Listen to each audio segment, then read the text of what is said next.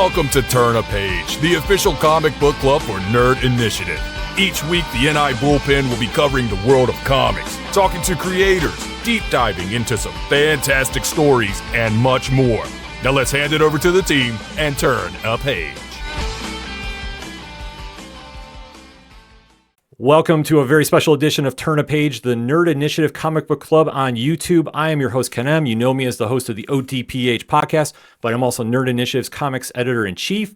To my right, your left, I let him do this intro because I cannot do it justice. Coming at you live and direct, straight from a folding chair in the ODPH studio. My name's Off the Cuff Tom, your pop culture connoisseur. Thank you so much, Ken, and thank you so much, Nerd Initiative. It's always a pleasure being here. Absolutely, and like we said, this is a special edition because comic fans all around the world got some news that we have all been waiting to hear at this year's San Diego Comic-Con.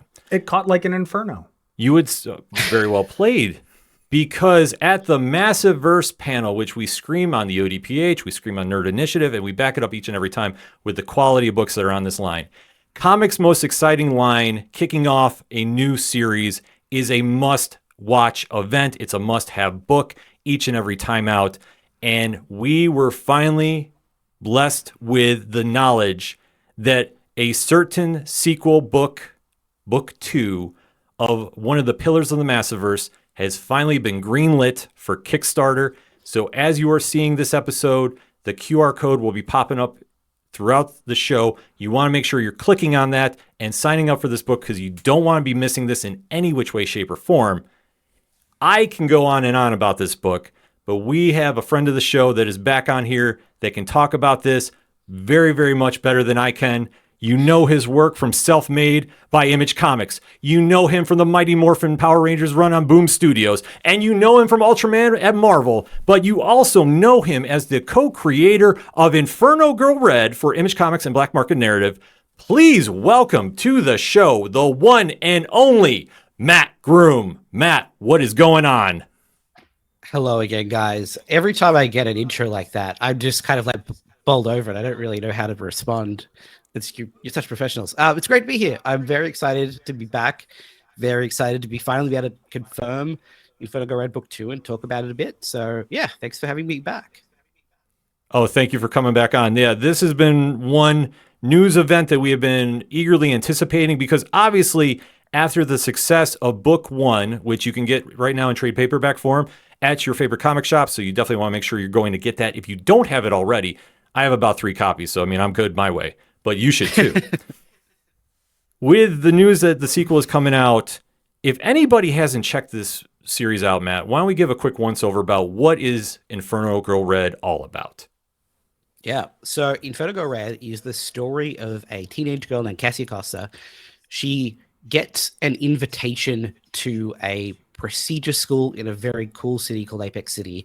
And this is a bit of a change for her because thus far in her life, she's been bouncing from city to city with her mum as her mum struggles to find work. They haven't had the most privileged life, but this is the chance for a fresh start and the opportunity to sort of change her destiny. But shortly after she arrives, the whole city is ripped out of our dimension and then cast into darkness into another dimension. And she gets the chance to do something about it when a magical bracelet rockets into her life and gives her the ability to turn into Inferno Girl Red. But the bracelet is powered by belief, and that's not something that she's really cultivated in her life for very understandable reasons. So she needs to find a way to find belief in this impossible situation, find new allies, and overcome all of these challenges. And that was the world we introduced in Inferno Girl Red Book 1. Yeah, and it is such an incredible debut. I mean, with you, Erica Dorso, Igor, Monti, and Becca Carey doing the amazing job about bringing the whole world of Apex City to life and really driving home the point of how Cassia is a symbol of hope. And especially in this day and age with comic characters, to be a symbol of hope in this manner, it's really rare and it's hard to find. But yet, throughout her journey, getting these powers and having these insurmountable odds against her, trying to find the way to save the day, and especially she's not fully confident in herself, and the relationship she has with her mother has been her defining strength, and with events that happen in Book 1, it's taken away, but she still has to find that inner strength. And when you're writing this, did you sit there and go, I really want to drive home the point of how much hope matters in this world. Yeah, absolutely. And that was one of the big sort of foundational pillars that were creating the book.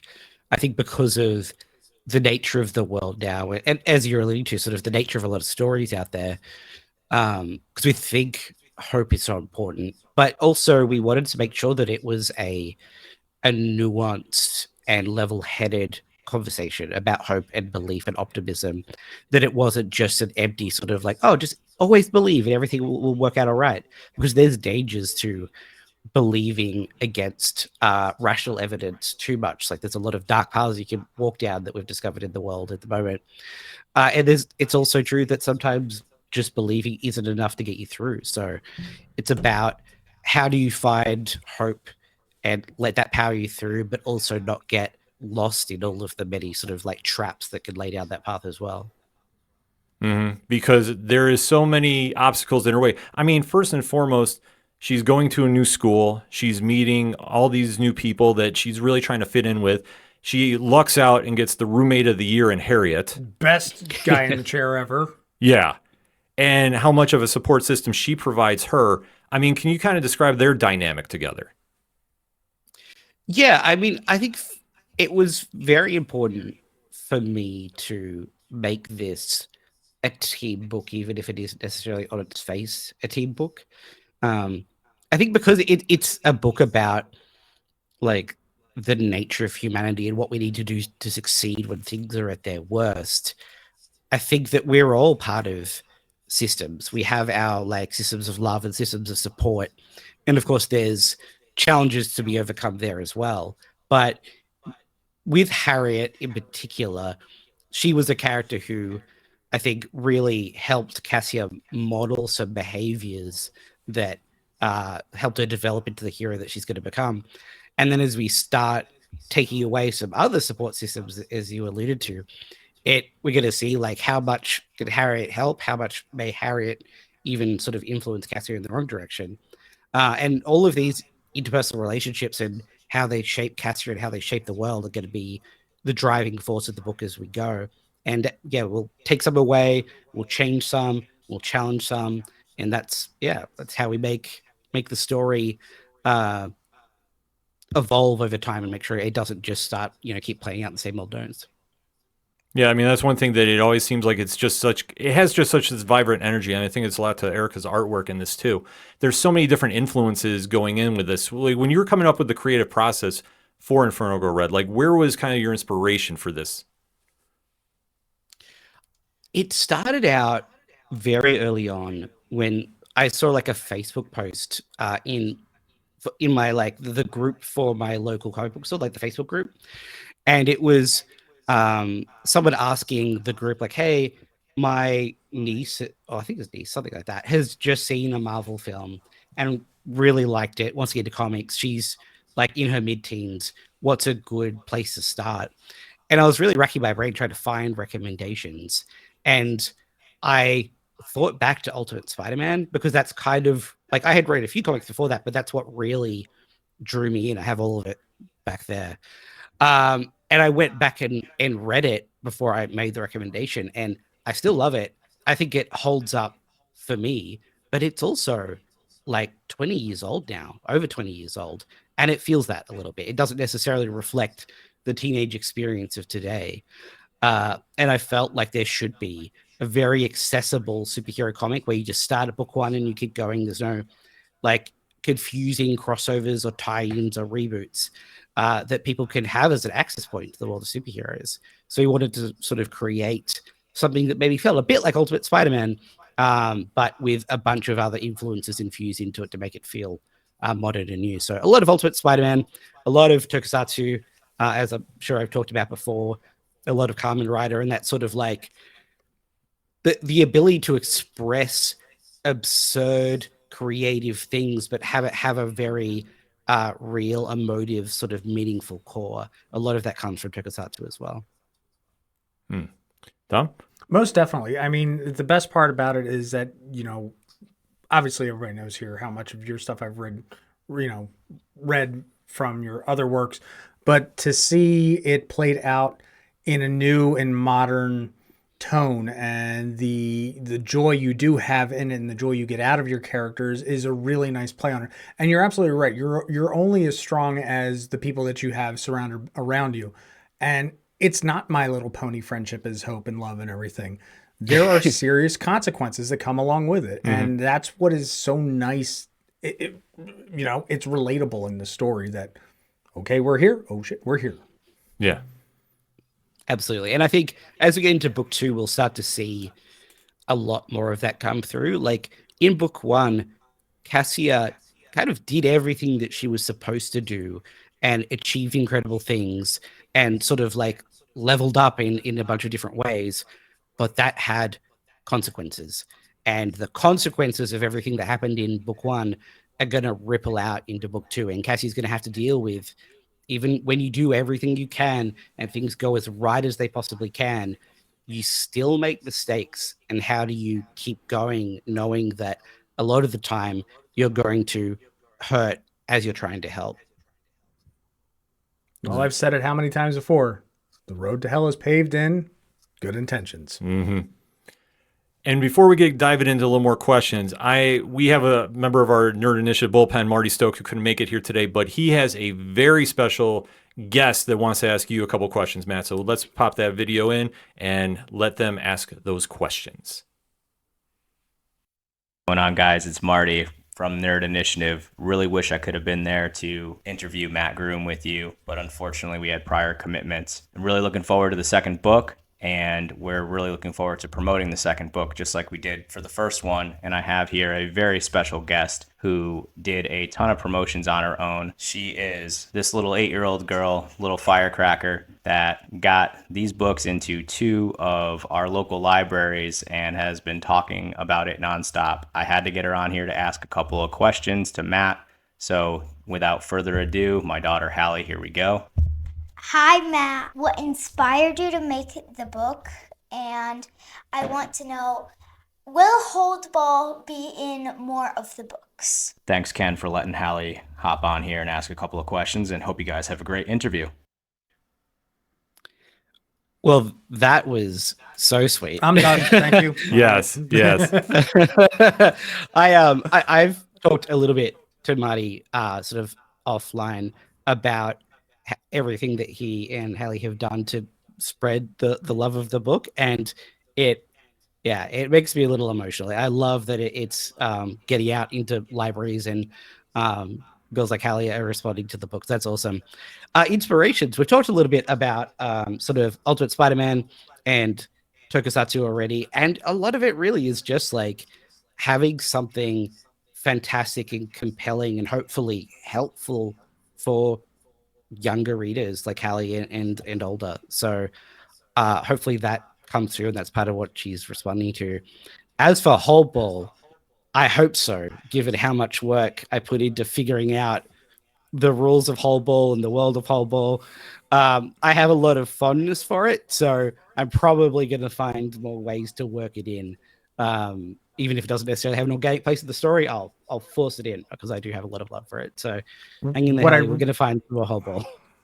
What I really enjoy about not only what you do, but everybody in the Massiveverse is that you really do have a whole encompassing world. You're not just building here's the good guy, here's the bad guy, here's the location. You've got Holdball.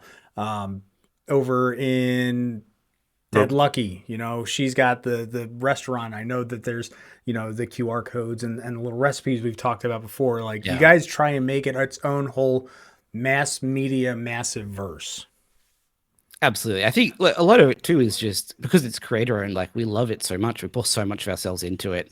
And we often put a lot more work into it than is strictly required on the page. But what that means is that we have all of these different ideas and different concepts that can then filter out into other things. And I think Kyle led the way with a lot of that, with just let's do a short animated film, with no one, let's do a accompanying podcast, trying to build books that are so stuffed with ideas and world building that starts to filter out into other ways. And then it's up to us to find other ways to find life for those other ideas. So I'm definitely going to try and live up to all of that. Now, out of that, how does that make you feel as a creator being able to put all those other resources out there? Do you feel as if you get the burnout from them, or do you feel as if there's, oh, I got this idea, I got that idea, I got, so on and so forth, or is like your pinboard at home just like a murder board instead?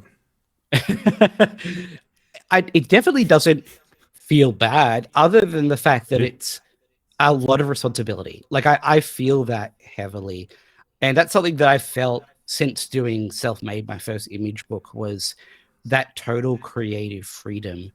Actually, like I had a bit of a aha moment with it when I was working on Self-Made, and we had one cover that Eduardo drew. It was kind of like a mind trippy visual experience, but it was like perfectly visually symmetrical down the middle. And I was like, oh, what we could do is have the Self-Made logo on one side and then sort of mirror it back reversed on the other side of the page. And we tried it out and it looked terrible, so we didn't do it. But that made me go like, oh, we could have just done that. And no one would have said anything because we're in control and we can make all of the creative decisions. And I was kind of like rocked by the responsibility and the freedom of that. And that made me realize like, we need to push this as far as it can go every single time in every single way. And that was another one of the things that sort of got me to Inferno Girl Red, and I think sort of inspired a lot of the Massive stuff, was realizing like it's a massive privilege, no pun intended, to work with Image and have this total freedom. And we need to make sure that we're doing the coolest stuff possible and stuff that really pushes the medium forward. I mean, I think you guys definitely are. I mean, you see the reaction with Marty and his daughter. I mean, that's just a prime example about how you have a character like Cassia who's now inspiring and really resonating that kind of message of hope. And then you see when they're now getting Inferno Girl Red in libraries, and just how the effect of your creations are going. I mean, that just has to be one of the biggest cosigns that you guys are doing everything right over there. Yeah, I mean, that's the stuff that like I really have to like tamp down my emotions and not like get too overwhelmed by all of that, because knowing that people care enough to do that sort of thing, that not only do they feel like the story resonates with them, but they are so passionate that they want to make sure that other people can experience it. I don't know what bigger compliment we could possibly receive. And get on the Kickstarter. Get on the Kickstarter. And that's the thing. Like, we've had that since the start. Like with the first Kickstarter, like immediately after we announced we were getting fan art, we were like having people like write these like effusive comments about how excited they were about the book and the characters. So even when things are difficult and challenging, that's the stuff that gets me through. It's knowing that people feel that passionately about the book. Well, I mean, it's created a buzz ever since it was announced. I mean, you think about with the Massiverse getting kicked off with what Kyle and Marcelo and obviously Michael Basudel, overseeing everything and building this in, that when Radiant Black was taking off and really carving its niche as the premier superhero in this modern time. And then when Supermassive drops in February of 2022, that everybody who signed up for the Kickstarter knew what was coming. But for everybody that didn't, really got an eye-opening to what this universe is all capable of with the crossover with, Marcus Rogue Son. We have to clarify that. Obviously, if you read Rogue Son, you know what I'm referring to. And with Cassia, and then, with Radiant Black, and seeing everybody team up together, it just took the fandom to a whole nother level. So when you're having all these books come out, that we had the Dead Lucky come out and Rogue Son come out, and then everybody was so eagerly anticipating this coming via Image. I mean, the anticipation, just sitting back and watching and seeing the reactions, I mean, how does that go through like before the first issue drops? It's difficult to describe how validating it is. I think because this book in particular has been such a long road to bring it to life. Like I was working on this alongside the earliest stages of Radiant Black. Like they sort of started gestating at about the same time, but just because of how long it took to find the right artist and then figure out our model and then find the way to get it to market, it took so long. And there was definitely some times along the way where I was like, this isn't going to work out. Like, this is all falling apart.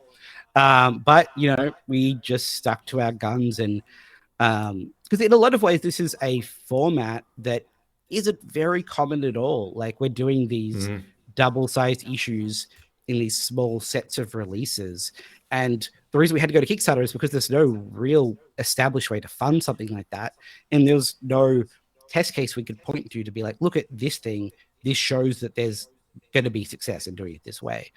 So it was all very experimental, and it was only that passion and excitement that carried us through. So when people started responding, it was a great relief, and it was extremely validating. It's like, yeah, I knew there was something here. Like, I believed in it. I believed in the story, and I'm so glad that other people see it too. So do we call this now the Inferno precedent? Ooh. Look, if you can get that to catch on, I would love that.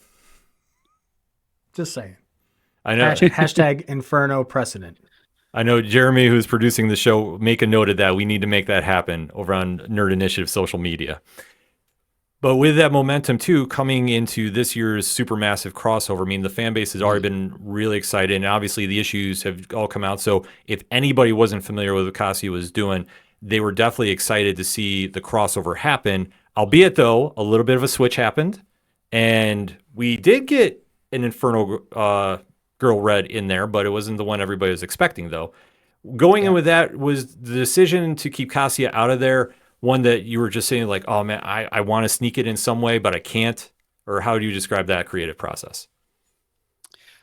It was a few different things coming together. One of them was that because of the delays in developing Inferno Girl Red, the rest of the universe and sort of the timeline was getting ahead of Cassia's story a lot, to the point where the first Supermassive actually takes place, a decent way to carry into Cassia's journey. And we didn't want to extend that too much, where there was this big gap in what was happening in Supermassives versus what was happening in Cassia's book herself.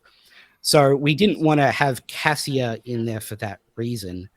And we also wanted to communicate to people that with the Supermassives, you can't predict what's going to happen in them, and you can't even predict who's going to be in them. So we told people, like, oh, Cassie's not going to be in this one. You can't expect to see every superhero every time. But we also, starting with the sort of the massive like fold out that we did in the first Supermassive, trying to train people to expect huge surprises. And that was one of the surprises we're able to build in. But it was only possible because of what we're talking about earlier, with this desire we all have to build worlds that are so big they can't even be contained in our core books. I have this mythology for Inferno Girl Red established, in our head and for us. And I was able to be like, well, I have this thing that I can now take and put into a Supermassive. And that's the sort of thing we want to keep doing going forward, is all the extra stuff that I sort of built in to make the world feel rich and full, find places for it to appear, with the caveat that we never want to make it so that you have to read or experience anything else to enjoy the core books. It's always read book 1, read book 2, read book 3. If you don't read anything else, if you don't see or experience anything else, you'll still have a complete and full story. But there will be extra things as we go to make the world feel more alive. Yeah, I mean, just to think about the surprise twist that happens in Supermassive 2023 out of the opening gate. I mean, Tom, I'll let you handle this one. Wait, are we talking about the one at the beginning or the one beginning. At the end? The one in the beginning. Okay, because I mean, I like the one at the end, but well, yeah, that it's a completely that it's the ancient or olden timey, Inferno Girl, and there's all this massive backstory, the pun absolutely intended, and how it's playing into the other stories. It just makes it so worth it and unapproachable. And it's also a smart little idea on your guys to trickle in this little thing to say, oh, wait, who's that Inferno chick? I'm going to go get the other ones now and figure this out. And then you read that and you go, wait, where's the gap in the middle? Now I got to get on a Kickstarter and have to figure out, what's going on in the middle. Yes, shameless plug. Yes, but it works because, I mean, the Inferno Girl Red influence is there right from the beginning when Rogue Sun is defeated. And then... Smackdown. Yeah, I mean, it is what it is. But then, obviously, later on in the book... Yeah, I know. We're going to get a very angry email from somebody after this airs. Trust me. But we're also welcome to talk to Rogue Sun at any point on this show, too. So we're always interested for that. But With Inferno Girl Red, though, still being a part of the massive verse and the biggest crossover of their year thus far. I mean, to say how the fans were excited and then immediately after that issue dropped, I have to say from personal experience, I don't think I've ever received more DMs going, okay, when's book 2 coming of Inferno Girl Red? And I go, I don't know. I know as much as you do. I'm putting the karma out in the world. And then I think it's just built up that when we heard about the panel getting announced at San Diego Comic-Con this year, and when Kyle and Michael and everybody had been saying for a while, like, you don't want to miss this panel when it comes out, there was so much news involving the Massiverse that the fan base just lit up. But I know the minute this dropped, I think every single social media outlet I was on exploded with just excitement. I know the Discord went completely crazy about this. So sitting back and now with the final announcement being public that we are getting Inferno Girl Red book 2, how does that feel? You know, that weight is now off your shoulders that you can finally talk about it. It certainly feels good to be able to talk about it. It's definitely like, in some ways, like getting back into the trenches. Like, okay, now we've got to like get this thing off the ground this time, because I don't take any of this for granted. You know, like we've announced a Kickstarter for book 2. If the Kickstarter is funded, there will be a book 2. If it's not, there's not. And I'm feeling very optimistic about it. But it's always like, you have to go out there, you have to hustle, you have to ask people to invest, and you have to give them reason to invest. And I never want to like coast, because this could all disappear at any moment, you know. But it feels really good. And I think like a lot of that excitement comes from something that in the Massiverse we talk a little bit about that I really believe in, which is we always want to make people feel excited and curious to seek things out, never like they are obligated to. So in a supermassive, we never want to go like, oh, to understand this, you have to go and read this book. That's work. But if you read something and you're like, well, that's cool, I would know more about that. That's the feeling we're going for. We feel like that's going to inspire people to seek the books out. So the fact that helped and that worked is, again, quite validating. And this goes to show, like, you can run publishing that way. You know, it doesn't have to be cynical. It doesn't have to be churn and burn. You can have that goodwill building and people will back you and support you. So that's kind of the energy you want to carry into all of this and hopefully into the Kickstarter. Absolutely. And I think one aspect too is going into the Kickstarter campaign this time around. Is there anything that you thought, I really want to do different, I want to try something new? Or was it kind of like, well, we really had a successful campaign the first go around, you know, if it's not broke, don't fix it? There were a few like kind of logistical things, because the first one was a big experiment with all sorts of like reward tiers. We want to figure out what people are responding to, so we're going to streamline things a little bit this time. But a lot of it too was just like, again, it was very validating, our approach, that we knew that communicating to people with very honest updates and sharing with them progress along the way and bringing them behind the scenes and making them feel like they're part of the creation of the book is the way to go. And we're definitely planning on continuing that, because that went so well last time. Like, it is the case that without our Kickstarter backers, Inferno Girl Red would not exist. And we want to make sure that they feel that. And we want to make sure that as the book is being created progressively, that they can see that development in real time and they can feel their contributions bring something to life slowly. Because that's one of the joys of making comics that you typically don't get to share, is you put so much into it and it happens in what feels like slow motion.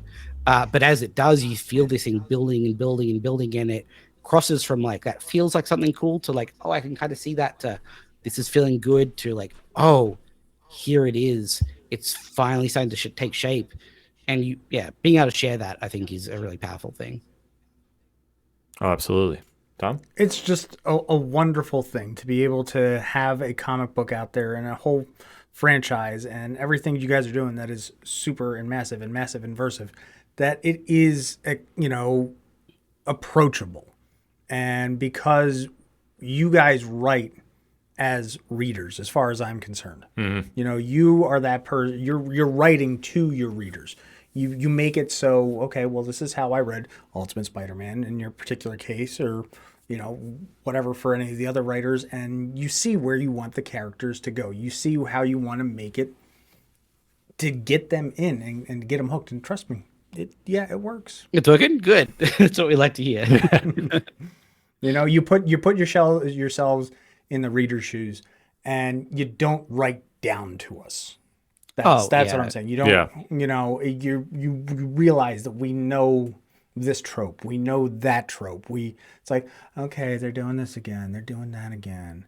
Oh wait, we're kind of going there, but with a twist.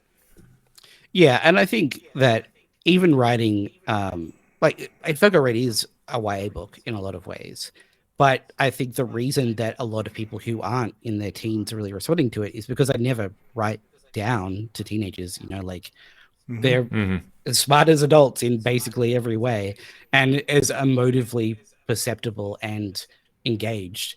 And I know that if I read the book and felt like it was shallow or lacking, then they would too, and that goes for every member of the audience. So yeah, you've got to have respect, and I think if you ever feel that slipping, then you need to step away from the project or rethink something pretty drastically, because if you're not doing it with love, it's gonna come through. And I've had that experience before, unfortunately, where you're writing something and you don't feel overwhelmingly proud of it and very enthusiastic about it, and that exists on the shelf in perpetuity for years and years and years and years, and you kind of have to live with that. And I don't want to have very much of that at all in my life. Yeah, that's what I said, but he said it better.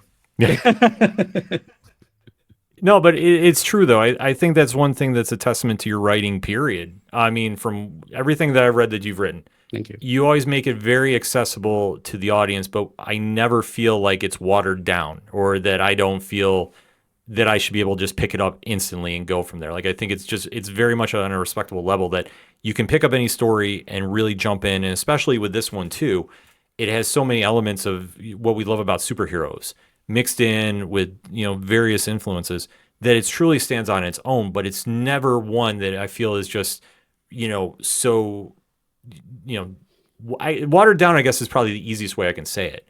I feel it's just on that level that it's smart, it's modern, it doesn't feel over the top like there's some super complexity to it.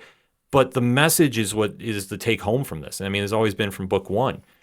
It's not too, hey, I'm a superhero. Hey, I'm watching Villain of the Week thing. It's not too teen drama that, oh my God, Billy broke up with me. I feel sad. It's a really nice balance of everything that's there. You have the parent-child relationship. You have the mystery. You have everything there, and it all plays well. Like, pineapple on pizza. Yeah, I mean, I feel like if... I personally love pineapple on pizza. I don't know if that's a... Oh my gosh. Okay. To each their own. To each their own. I'll qualify with this. With olives, I love the way that those two flavors sort of like balance each other out. But that's neither here nor there. Mm-hmm.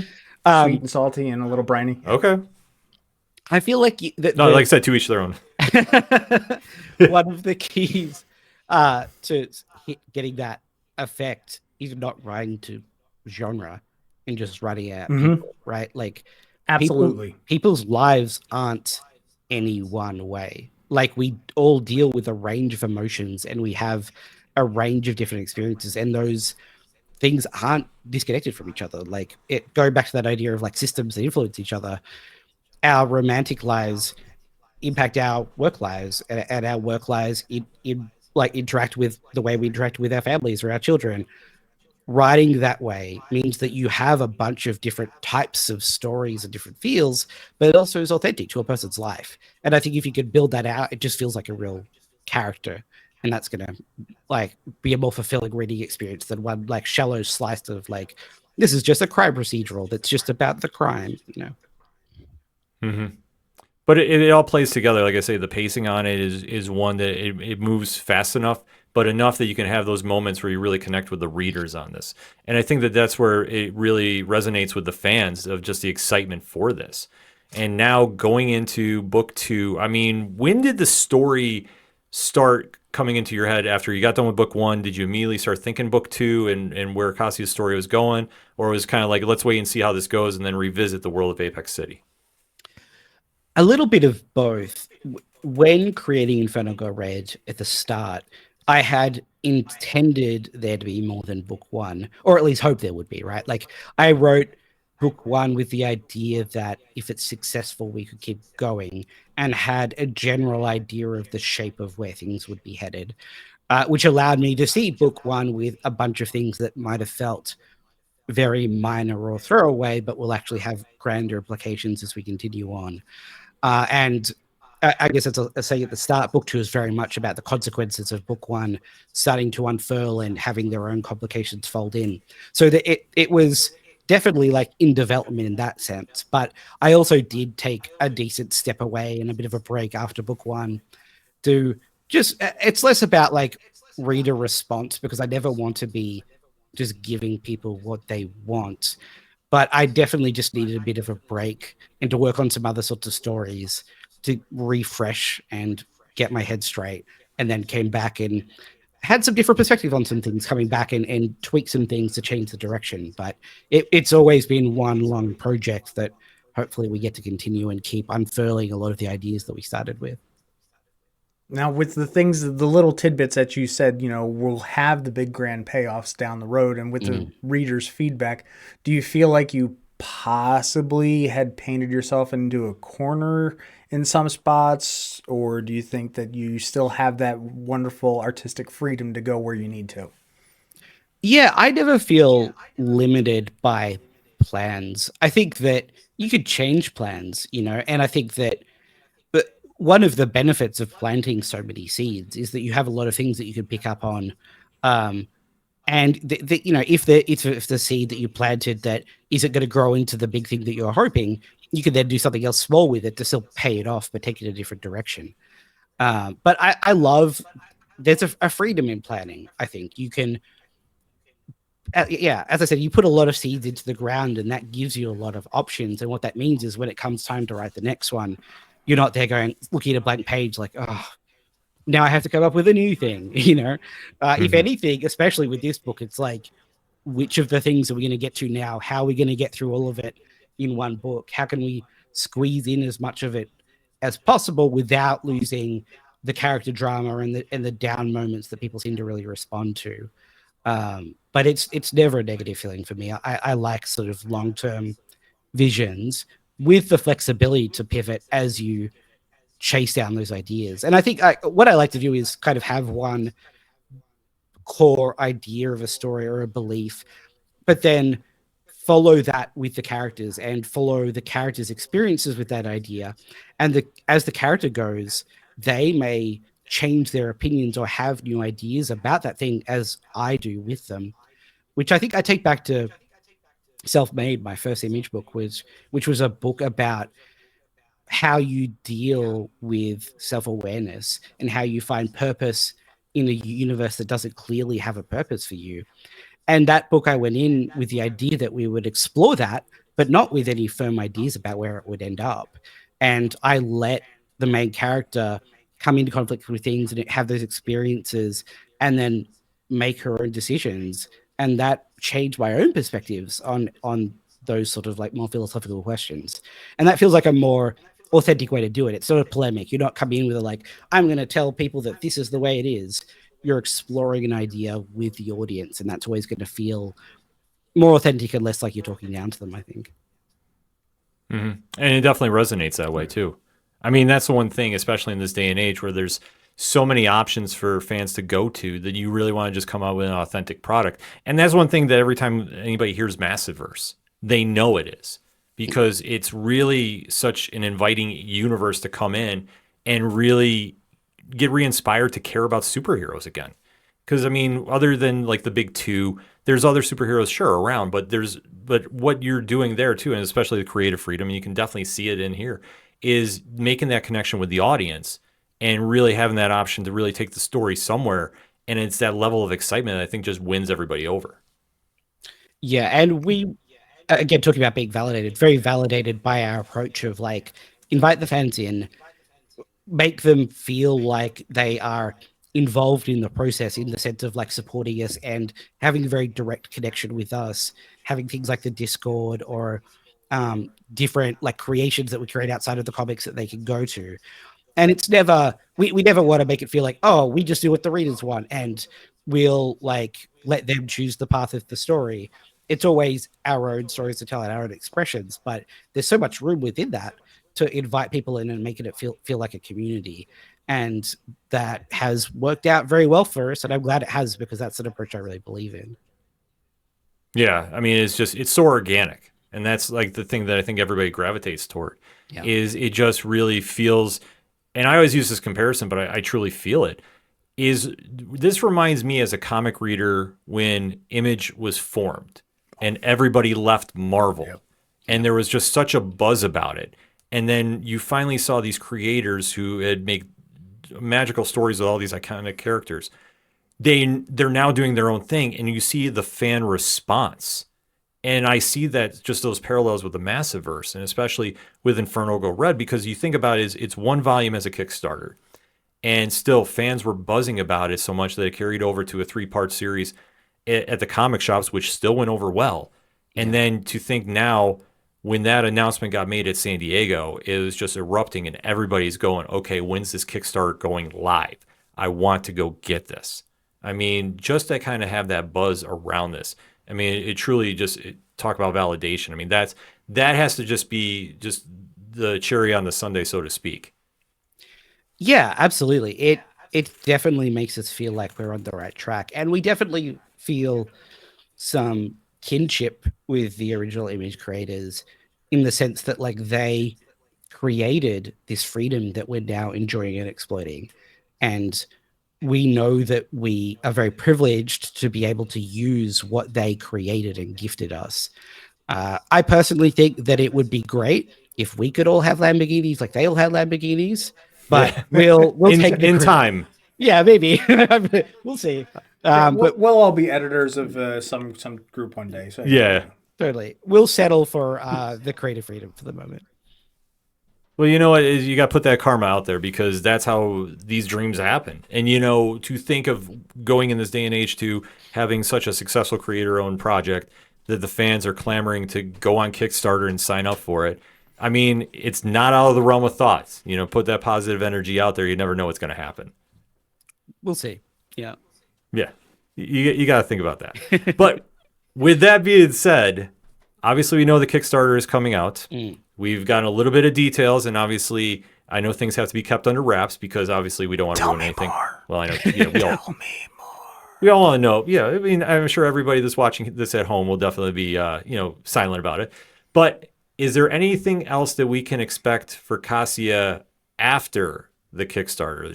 Should we expect to see her appear in one of the other Massiverse books or another crossover? Yeah, maybe you'll see Cassie around, I'm sure. I think we can say that the one of the other announcements at San Diego was the Massiverse fighting card game, which we are very excited about, which will feature both Cassia and the Griffin as playable decks among the 8. And that was a dream project for us. That was actually came about it's a confluence of a few different things, but at San Diego last year, Michael and I, in the morning of the first day, were talking about different Massiverse things and saying to each other, like, man, it would be great to do a card game, but we'd want to do it right. Like, we don't want to do it in a way that feels like we're just slapping the brand on something. It would have to be an authentic representation of the story and the characters through the mechanics of the game. But we'd have to find the right partner, and that's very difficult, and we're not sure where we'd start. And then we got approached at the end of the Massiverse panel that day by someone from Solus, the company that we're now working with, and they wanted to pitch us on a card game. And we're like, listen, if you've got the right pitch, we are so primed for this. And we loved working with them, and it turned out really cool. So there'll be that. And there will probably be some more stuff in the future, I would expect.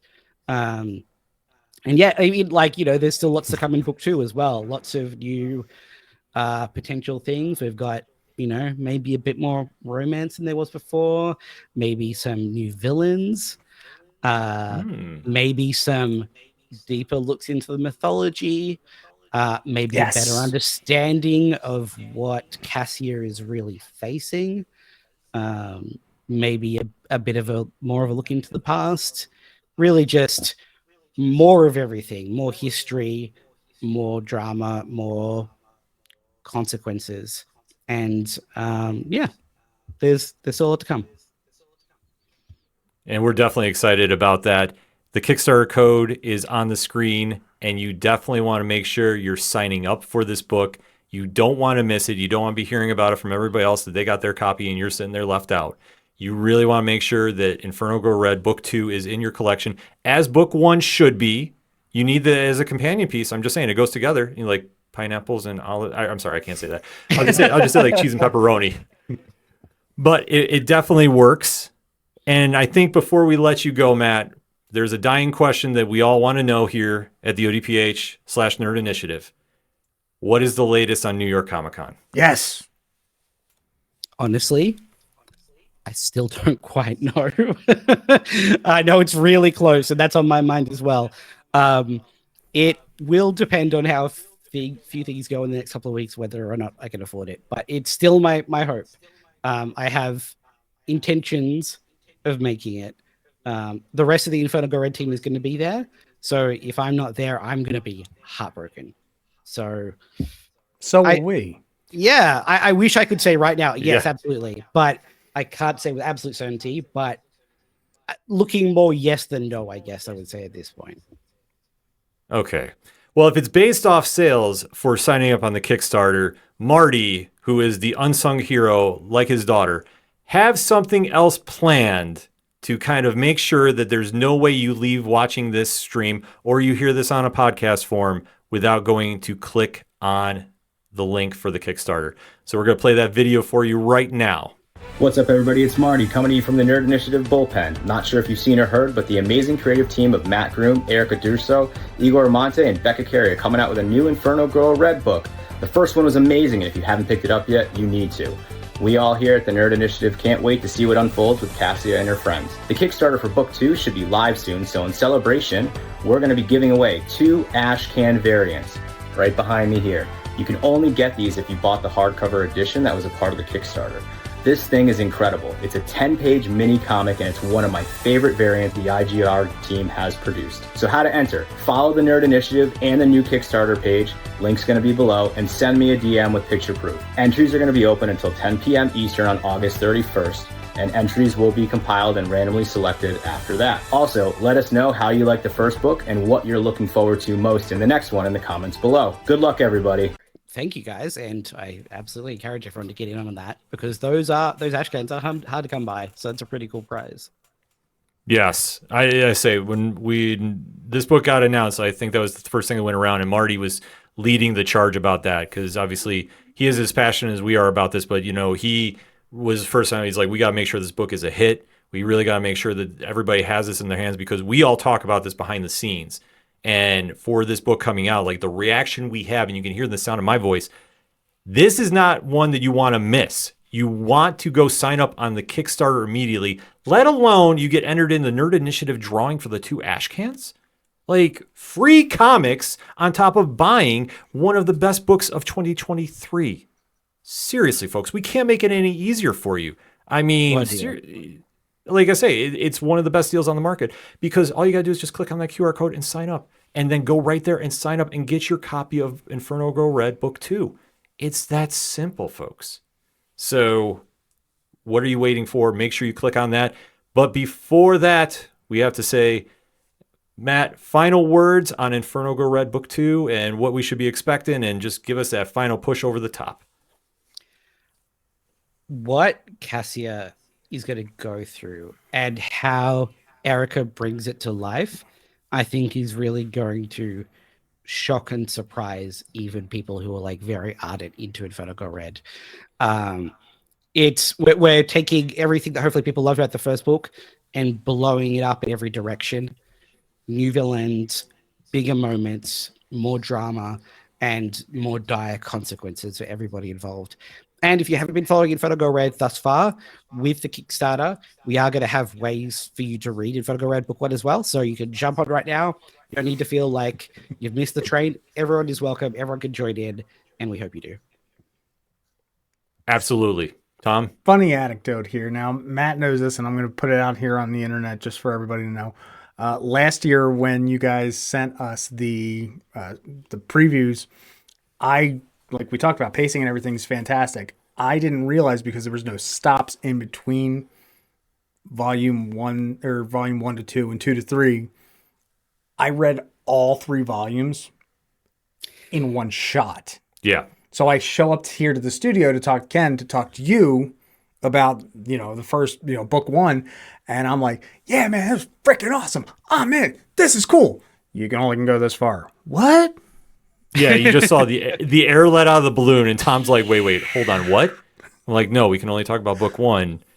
And he just the sheer look of terror in his face, going, oh my God, but I want to talk about it so much more. I do. Because the book is that good. It is. I think everybody that has read Inferno Girl Red has just absolutely just binge read it, because it's that good. You want action, you got it. You want drama, you got it. You want the superhero thematics that we all know and love as comic readers. It's there. But it still drives home the message of hope, which in this day and age is so hard to find. But yet you open up this book, you get the escapism, but you put it down reading and just having that much feeling as you head out to your day and head back to the comic shop to go, where's the next issue? I need this. Absolutely. Yeah. Matt, thank you again for coming on the show. You know you're welcome back anytime. In fact, after the Kickstarter's in our hands, I think you have to come back on and we have to kind of do a deep dive read through. I'd love that. I love hanging out with you guys every time. So I'll be back anytime you'll have me. Oh, absolutely. Just got to shoot that DM and we'll make that happen. For Tom, why don't you let everybody know where we can find you? Well, luckily you can find me down here in the links. I've got all my links going on right there. There I am, off the cuff Tom, the pop culture connoisseur, coming right at you live and direct. Check out all the stuff I've got going on, the podcast, the this, the that, the other thing, the reviews, everything here with the Nerd Initiative. I'm just a busy guy, busy guy, and I will hopefully see you on the interwebs. Absolutely. So like we say, we got the QR codes for Matt throughout this channel. We got the QR codes for Tom out on this channel. And if you want to talk to me and the rest of the ODPH team, simple, you can swing on over to odphpodcast.com or click on that handy QR code at the bottom of the screen and make sure that you're following everything going on with Nerd Initiative, your home for pop culture positivity. Another anecdote. I know Tom is keeping track of these because I'm trying to come up with something different each and every time. But my name is Ken M. And as we like to say, each and every time we turn a page, if you're at the comic shop and you got a great issue in your hands and you see somebody else that's puzzled and needs to get something in their collection that you know is a definite hit, hand it off to them and tell them turn a page. We'll see you next time.